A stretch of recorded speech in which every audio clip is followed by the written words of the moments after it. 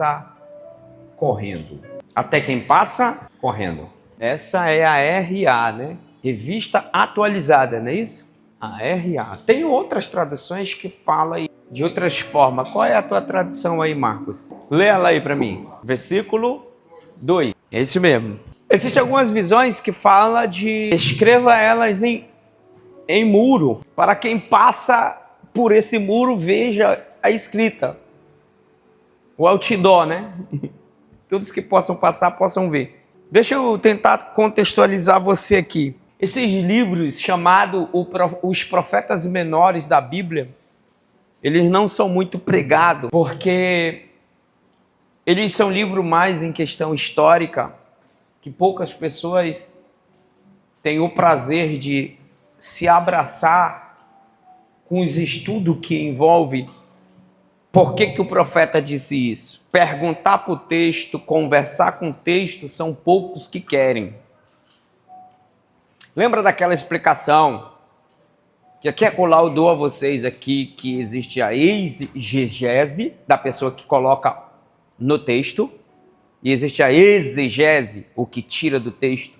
A exegese, ela é um contexto de que eu olho para o versículo e coloco o meu pensamento em cima dele. É bem verdade que a maioria dos crentes fazem isso, sim ou não? E o certo é nós tirar do texto para nós, e não nós colocar no... Porque se eu coloco no texto, eu causo dúvida. Sim ou não? Eu já estou deturpando a verdade, a palavra. Esse negócio de achismo é muito perigoso. Eu acho que o texto está querendo dizer isso. As Escrituras diz que quem ensina, foi Paulo que disse isso escrevendo aos Romanos, quem ensina haja dedicação no ensino. Haja o quê? Quem prega haja dedicação na pregação. Já imaginou eu sendo uma pessoa que ensino preguiçosamente concernente às Escrituras? Sim ou não? Então, ouça o que eu vou dizer para você. Eu vou repetir isso aqui que as pessoas estão achando que é só conhecimento bíblico. Pela falta de conhecimento, nós perecemos. Por exemplo, existe um monte de lei que é favorável a nós, mas a gente não sabe porque nós não temos acesso a ela, conhecimento dela. Formado em direito que anda dentro desse supermercado tentando encontrar, Beatriz, alguma coisa passada da validade. Eles andam caçando como um caçador procura a caça na mata. Eles vão à procura e quando encontram, eles metem um processo no supermercado e ganham. Eu e você, nós passa lá e aqui e acolá a gente olha. E às vezes a gente até se surpreende. Rapaz, você está passado da validade, eu nem tinha visto. É uma coisa normal, a gente já até se conformou às vezes quando a gente se toca. Pela falta de conhecimento, a gente não procura os nossos direitos. E aí, eu quero dizer que entendo, mas ao mesmo tempo quero dizer que não entendo. Por que somos assim? Isso é uma deficiência no cerne brasileiro, né? No coração do brasileiro. É uma piema desgraçada quando se fala de estudo para nós. Sim ou não? Um brasileiro médio para ler um livro é uma guerra. A gente quer consertar os políticos, né? Não conserta nem nós mesmos. Os políticos são reflexo de nós, vocês sabiam disso? Isso é um reflexo da população. São corruptos. Você esqueceu que eles estão lá no topo lá? Foi a massa maior que colocaram eles lá. Então observa que eles refletem a nós e nós refletimos a eles. Isso é muito forte. Isso é uma linguagem poderosa. Que queira você dizer que não, ou queira você dizer que sim, esse negócio existe, isso é real. E quando eu olho para os profetas menores, escuta isso aqui.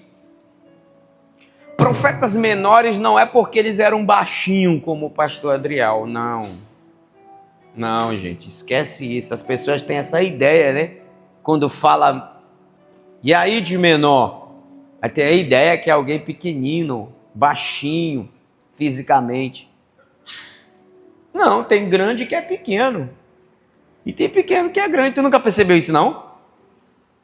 Meu irmão, tem uns caras grandão aí que você conversa com ele, Parece um meninão de 10 anos. Você já viu? Já? Eu conheço gente que é enorme na estatura. Quando você conversa, meu irmão, só fala caca, nada que se aproveita. Um viciado em videogame, parece que não liga pra nada, os pais pagando a conta. Não serve nem para ser casado, para ter uma mulher do lado buzinando no ouvido, porque nem a mulher suporta um cara desse. Você já percebeu? Tu conheceu gente assim? Meu irmão, conheço meu irmão, que a Piema pede é benção para eles. A preguiça de me ensina isso aí. Infelizmente a sociedade está gerando homem geleia. Sim ou não? É só você observar. Você não sabe o que eu ouço dos pais reclamando dos filhos. Você tem noção. Nos lugares que eu prego, nos lugares que eu passo, é uma reclamação diuturnamente. Por que tu não ouve? Porque a tua realidade é uma, do pai da família que mora ali do lado da tua casa é outra. Então o que acontece? Profetas menores aqui é porque o nível de escrito deles são menores. É por isso que é conhecido como profeta menores. Profeta maior, nós temos entre eles Isaías, que é o primeiro da lista, né? Aí entra Jeremias, Ezequiel, nós vamos ter um volume de escrita muito grande. Nós temos Daniel, uma estrutura de escrita gigante. Nós temos ali o grande profeta Jeremias, o profeta das lágrimas. Ele tem 2 livros na Bíblia, o livro do profeta e a lamentação de Jeremias. Para que você que não sabe, mas só a te informar, lamentações de Jeremias está exercendo algo como um sacerdote. O livro do profeta Jeremias, ele está como profeta. Qual é a diferença? O profeta, ele pega uma marreta santa de Deus e dá-lhe sem dó e piedade. Por quê? Ele ouve de Deus e passa para o povo. Já o sacerdote não, é aquele camarada que acolhe o sofrimento de todos, os erros, a desgraça de todo mundo e leva para Deus. Senhor, aqui, perdoe nós, perdoe o teu povo. Essa era a função do sacerdote, mas veja bem, nós estamos diante de um profeta chamado Abacuque, aquele que abraça. Ele é um abraçador da causa de Israel. Ele tem umas crises muito fortes no seu ato profético que ele está vivendo, porque se você olhar, ele vai falar em um contexto geral que Judá, Israel, Jerusalém, a capital de Judá, vai sofrer uma invasão. Vai sofrer o quê? Uma invasão.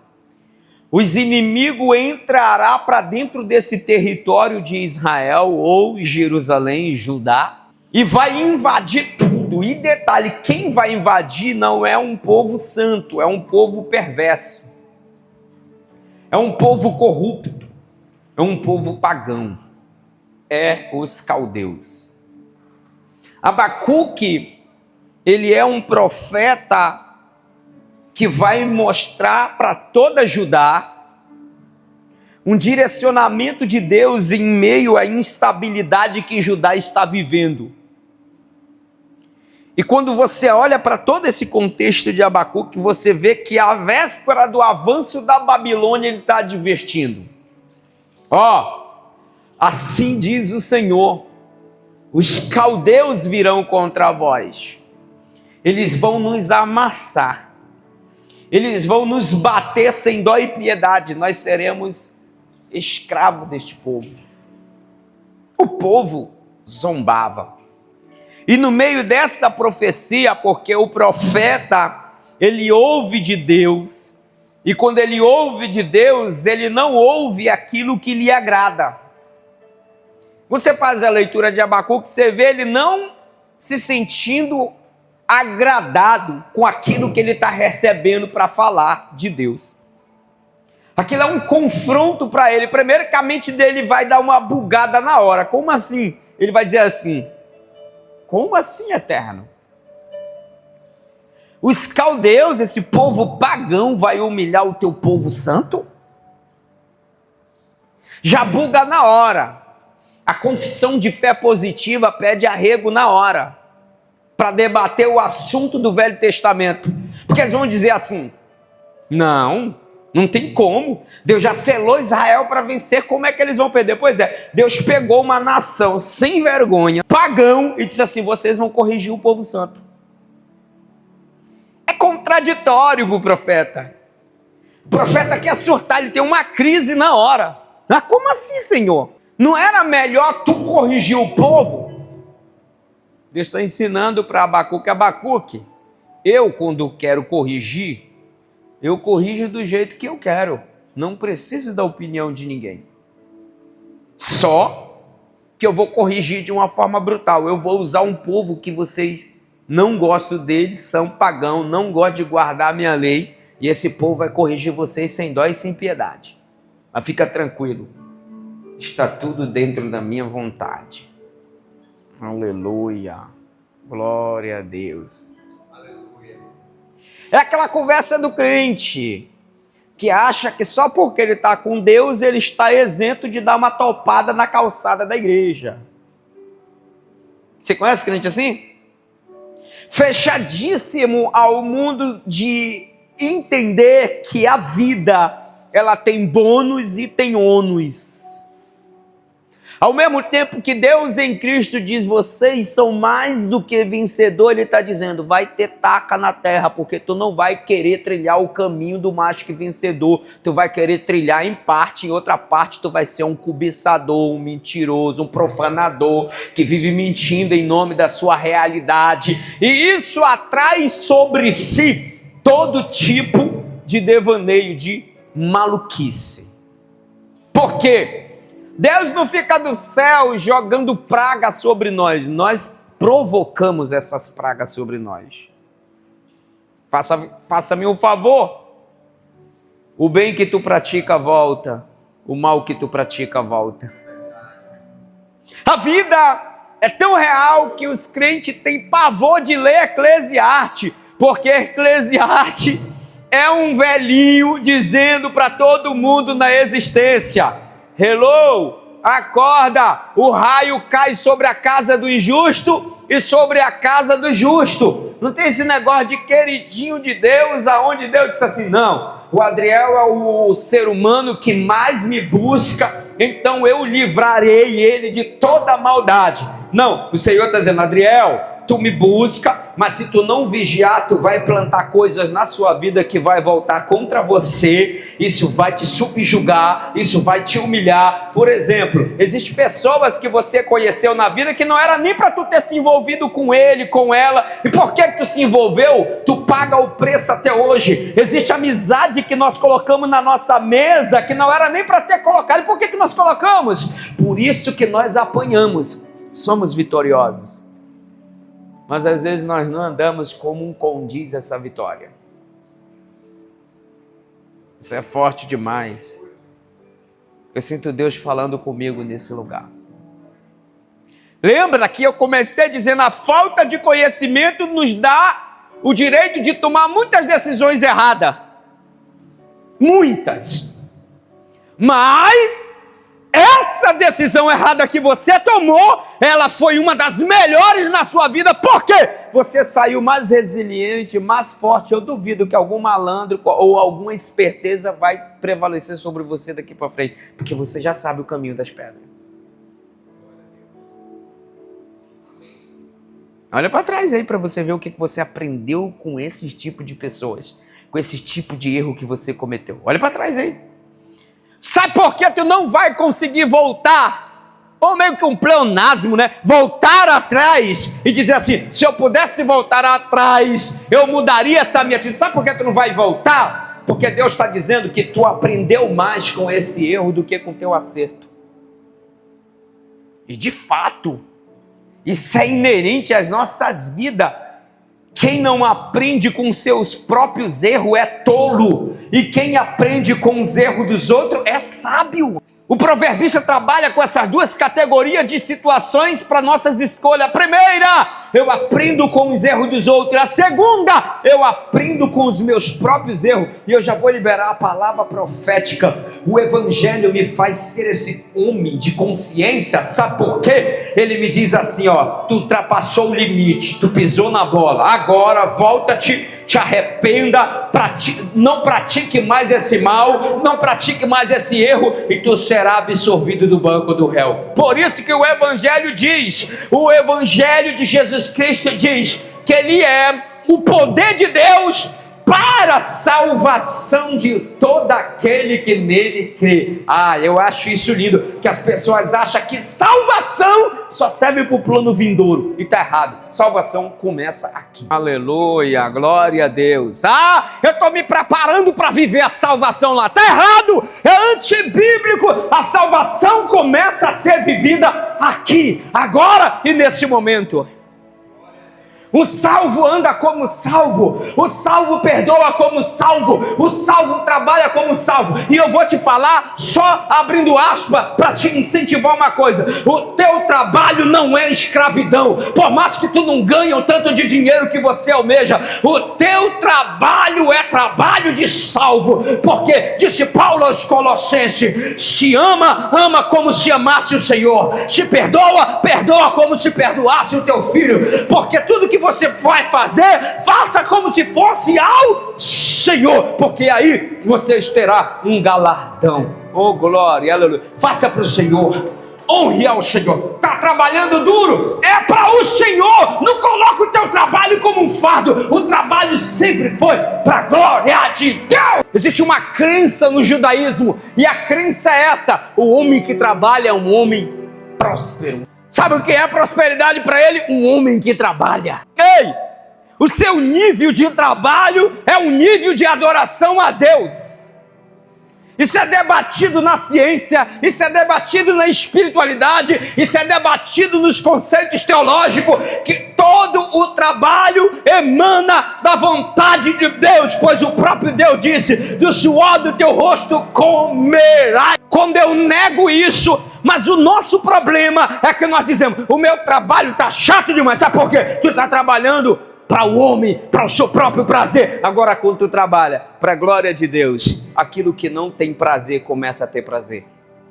Sabe o que acontece? Tu começa a prosperar, tu começa a avançar, tu começa a progredir, tu começa a evoluir. Sabe que os pais da igreja, sabe que a era dos famosos sociólogos das religiões diz, eles disseram, e Max Weber que dizia isso: o trabalho é para a glória de Deus. Todo homem predestinado à vida eterna trabalha para a glória de Deus. Mas eu sei que a gente reclama porque nós ganhamos pouco.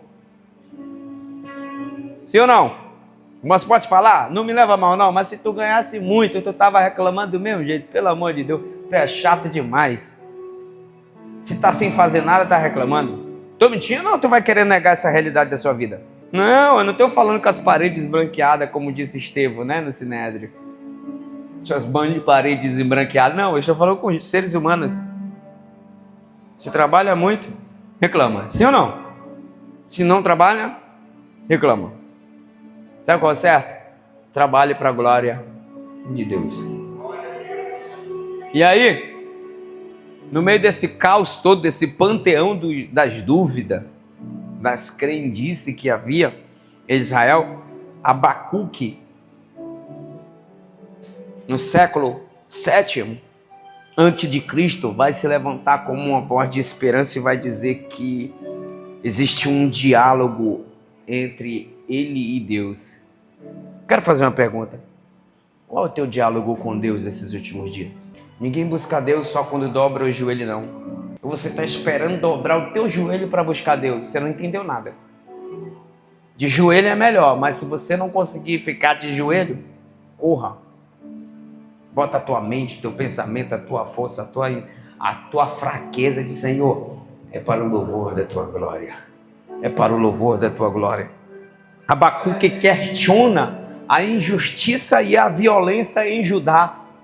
No capítulo 1 ele faz isso. Já no capítulo 2 nós vamos se deparar com o profeta Abacuque dizendo que está vigiando e esperando uma resposta divina. E Deus, do capítulo 2, se manifesta para ele com uma resposta divina. Ele está como um atalaia, vigiando no seu posto. Vigiando. Porque os inimigos estão vindo, os caldeus estão vindo. Ele está vigiando. Aí no capítulo 2, Deus entra com uma resposta poderosa. A revelação não é apenas para Abacuque. Oh, glória! A revelação é para todo o povo. Posso ser mais profético? Deus disse assim: Abacuque, escreve a visão. Escreve a visão. Aleluia! E a visão aí é no singular, é uma visão de singularidade, não é uma visão de pluralidade, é uma visão de singularidade. Escreve a visão, porque até então ele só está profetizando, ele não está tendo visão. Agora no capítulo 2, Deus se manifesta para ele e diz assim: escreve a visão. Aleluia, glória. E o que é, Senhor? É que visão aqui é uma revelação profética recebida por Abacuque da parte de Deus. Eu creio, aleluia, aleluia. Ele está dizendo assim: escreve, em outras palavras, fixa esse negócio aí. Não, vou repetir. Fixa esse negócio aí. Ei, para tudo que tu está fazendo e fixa esse negócio aí, Abacuque. Torna perene, torna um fixador dessa visão. Pontua esse negócio aí. Bota um ponto e diz assim: aqui ó, para ninguém esquecer do que eu vou falar para vocês. Não deixa que se perca a memória no tempo. Deus está falando com alguém aqui dentro. Não deixa que se perca no tempo aquilo que eu estou mandando tu fixar hoje, aquilo que eu estou mandando tu guardar hoje, porque o tempo vai dizer que sou eu que estou falando contigo, sou eu que estou dando uma visão sobre a tua vida. Eu estou sentindo Deus falando com alguém aqui dentro. Grava isso sobre tábuas. Agora aí, observe, tábuas no plural. Aleluia. Uhul, isso aqui é fácil demais. A visão de Deus é uma só. Aleluia. Mas as tábuas são a opção de várias tábuas. O que ele está dizendo? Escreve não numa tábua, mas em várias tábuas. Sabe por quê? O tempo tem o poder de acabar com as tábuas, mas a visão do Senhor permanece para sempre. A profecia do Senhor permanece para sempre. A revelação de... Ai, aleluia. E tábua aqui pode ser a tábua do teu coração. Pode até apagar a lei que foi escrita nas tábuas de Moisés, mas a nova aliança eterna que foi esculpida, tatuada, escrita, fixada em nosso coração, é uma tábua inquebrável. É uma tábua imperecível. A tábua do seu coração é onde está tatuada a aliança eterna de Cristo Jesus. Quem tem a tábua da aliança eterna em seu coração, só quem tem essa aliança no coração, exalte a Ele, glorifica a Ele. Vai, adorador!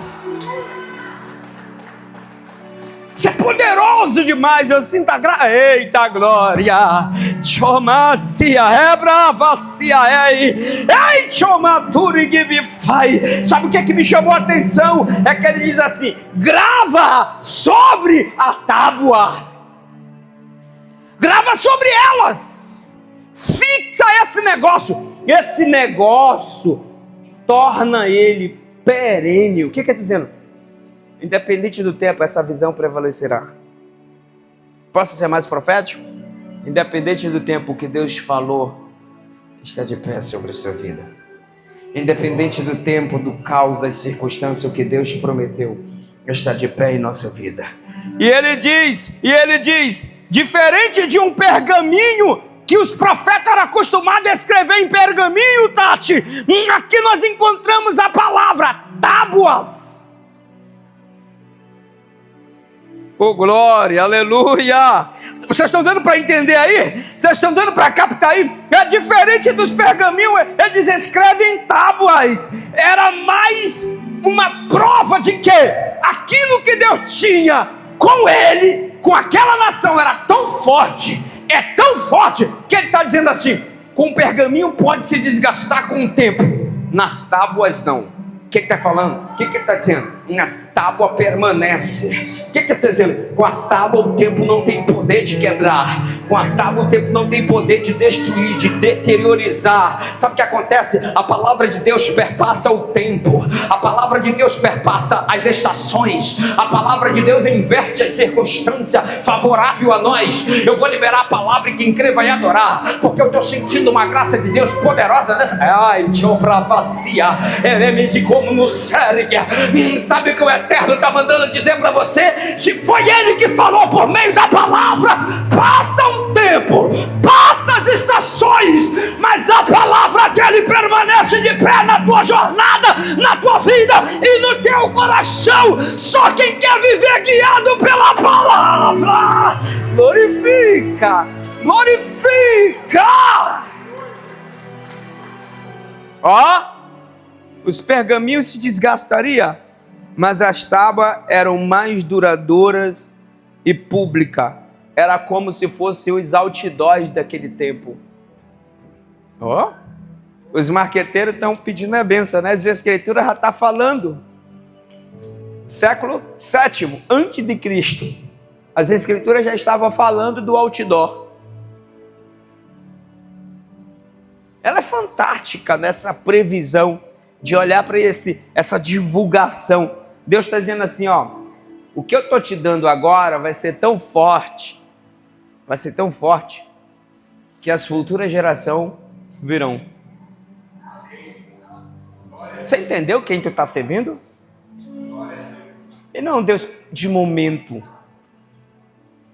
E aí, olha aí, ó, essa ideia de escrever em tábua, sabe qual era? A ideia de tornar a mensagem acessível, clara e permanente. Ei, o que vem de Deus permanece. Aí ele diz assim, ó, para quem passa, lê, até quem passa correndo. O atleta correndo. As carreiras na nação de Israel, quando olhar, olha o outdoor. Ei, torna-se visível aquilo que Deus projetou para você. Eu vou repetir isso aqui. Isso aqui é profético, o que Deus está dizendo para nós. Isso aqui é profético. Sabe por quê?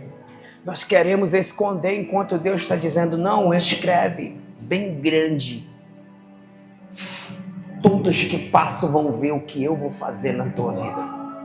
Ei, não fica só para você não. Escreva. O que eu quero que você faça? O que eu quero que você faça? Teve um ano passado, o Dia dos Pais aqui na igreja.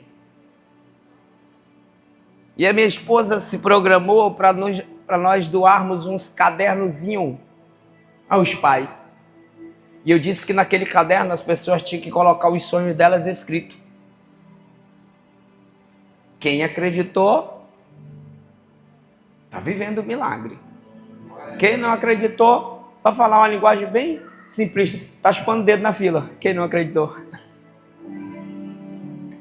Teve gente que me disseram, pastor, o que eu escrevi no meu caderno, a metade eu já vivi. Sabe por quê? Por que Deus não deu só a visão e mandou Abacuque falar? Deus disse assim, não, eu estou te dando a visão e escreve em tábuas. Vamos fazer o seguinte? Você chegar na sua casa, faça um painel. Escreva bem forte o que você quer que Deus faça. Não, faça isso. Vamos fazer isso? Antes de findar esse ano, Deus vai virar a sua vida de cabeça para baixo, de cima para baixo, de baixo para cima. E todos aqueles que duvidaram verão essas coisas que Deus fez. Olha isso aqui. Até aqueles que passam correndo vão dizer, epa, eu voltei, porque é verdade isso mesmo? É isso que está acontecendo com ela? Eis que está acontecendo com ele. Não, isso não é emoção. Isso é o espírito da profecia sendo falado nesse lugar, dizendo: escreve, faz um painel e escreve, pega a tua agenda e escreve, pega o teu celular e escreve, deixa registrado isso, porque o Senhor virá por caminho que tu não conhece e te surpreenderá, e todos aqueles que zombavam, que deturpavam, que diziam que não ia dar certo, verão a mão de Deus te exaltar. Só quem acredita, dá um brado de glória ao Senhor.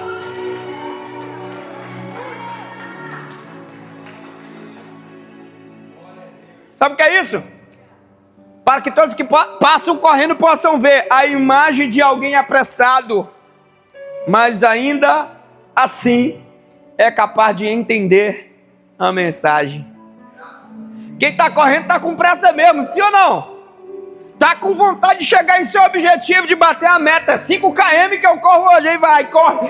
Tem uma meta, está apressado. Só que o que Deus vai fazer na tua vida, até o apressado vai ter que parar e vai vir perguntar: olha o que Deus fez. Ei, fulano, foi isso mesmo? E te dirá com todas as letras: a mão de Deus fez isso na minha vida. Aleluia, eu sinto a presença de Deus. Sabe por quê? Isso aqui aponta a clareza da comunicação divina. A palavra profética deve ser inteligível para o povo e não sem rodeios. Ei, Deus não é Deus de confusão. Alguém que diz assim: Deus falou comigo, mas eu cheguei lá em casa e não entendi, foi nada. Não foi Deus. Desculpa, não foi Deus. Ele não é Deus de confusão. A sua revelação é clara. A sua revelação é escrita. A sua revelação é objetiva. Ela tem um endereço. Ela sabe aonde vai repousar. Oxalá ela repousasse sobre a tua vida hoje.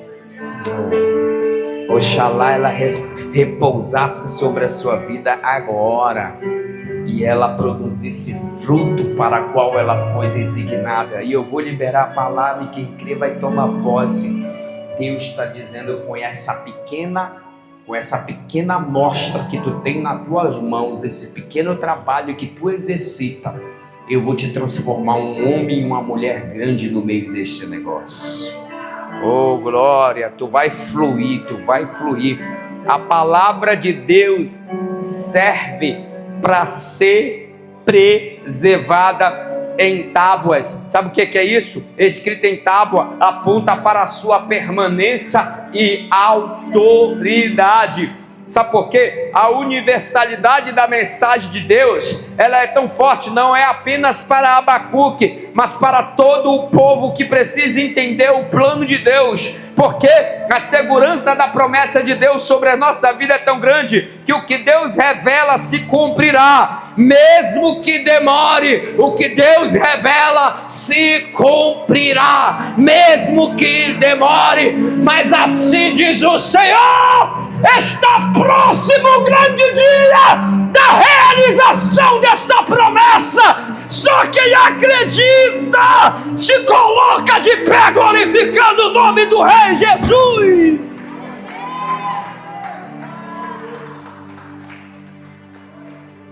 Ei, a revelação da promessa de Deus deve ser registrada e proclamada com clareza. A igreja tem esse papel. A igreja tem o quê? Esse papel. A mensagem da fé deve ser acessível, não só para os eruditos, os homens sábios, mas para todos aqueles que passam correndo. Vixe, ó. Não serve só para os eruditos. A revelação não é só para os eruditos, para os sábios, para os entendidos, para os poderosos. Lembra do que o apóstolo Paulo falou para os irmãos de Corinto? Que não é para os sábios e nem para os entendidos? Porque Deus apanha os sábios na sua própria sabedoria. Aprove a Deus salvar os que creem pela loucura da pregação. É o que está escrito. Glória a Deus. Para o homem natural é loucura a mensagem da cruz. Para o homem natural a mensagem da cruz é mentira. Eu sinto Deus falando com alguém aqui. Mas em 2000 anos de história, a igreja segue retumbante, valente, vitoriosa, militando por uma causa nobre, militando por um poder extraordinário, pois esse dunamis, esse poder nos habita. Ei, a visão de Deus sempre tem um tempo determinado. Você, crente, eu, devemos esperar com fé. O tempo é de Deus. Abacuque mostra que a revelação de Deus não é apenas para os profetas, mas deve ser registrada, clara e pública, de modo que todos possam acessá-lo. É uma garantia da fidelidade de Deus. Sabe o que Deus está dizendo? O que eu tenho com você é com você, mas ao mesmo tempo é com todo o povo. E quem quiser vem. Por isso que lá em Apocalipse, João diz que a água da vida é de graça. Ele diz: quem quiser, vem e beba de graça da água da vida. Foi o que João falou em Apocalipse. É de graça, ele está dizendo. Vem! Tem alguém que quer beber dessa água? Tem alguém que quer beber dessa fonte inesgotável? Então, eu concluo dizendo: o que Deus vai fazer na sua vida vai tornar-se público. Amém? Vai se tornar público. Eu creio nisso. Eu creio nisso. Vai se tornar público. Ei, vai se tornar público. Vai se tornar público. Isso é tão real. Isso é tão real que José, na Bíblia, contou o sonho deles honestamente para os seus irmãos, e os seus irmãos o invejaram. Porque na cabeça dele, José vai governar sobre nós. Esse sonhador é maluco, não vai mandar em nós não, ele é o caçula. Mas não, nós vamos dar um fim nele antes que esse sonho se realize. Só que os irmãos de José esqueceram de falar com aquele que deu o sonho para José. Ninguém mata o sonhador, porque o sonho do sonhador é de Deus. Ei, se o sonho é de Deus, tu pode falar pro fofoqueiro, pro mentiroso, pro maligno, pode ser quem for. Se o sonho é de Deus, tu pode até descer o calabouço ou parar lá no Egito como fez José. Mas se é de Deus, não tem demônio capaz de impedir a realização do sonho. Vou te falar, se você puder evitar, evite. Mas se tu já contou, não tenha medo, porque o sonho é de Deus. Se é de Deus, meu irmão, minha família não crê que eu vou prosperar. Problema dela, o sonho é de Deus. Os meus parentes disseram que eu não vou conseguir chegar lá onde eu vivo falando que vou. Sonho é de Deus? Fica tranquilo, os parentes vão ter que te engolir de qualquer jeito, mas vão te engolir, porque é de Deus. Permanece fiel, pois o plano é de Deus, para que todos que passam, nem que seja avexado, eles vão ter que voltar e ver legivelmente que o que Deus falou, Ele completou na sua vida. Está chegando a hora da sua honra. Você acredita nisso? Se você querer, levanta a mão para o céu. Pai, como é poderoso sentir a Tua presença. Como é poderoso sentir a Tua graça. Como é poderoso sentir a Tua poderosa mão nos tocar. Como é poderoso ver o milagre acontecendo. Como é poderoso, Senhor, o Senhor assinar o decreto de vitória. E a palavra de Deus para você hoje é: Merina, a palavra de Deus para o Senhor, para a tua vida hoje é: aquele que tentou te prejudicar, aquela que tentou te prejudicar,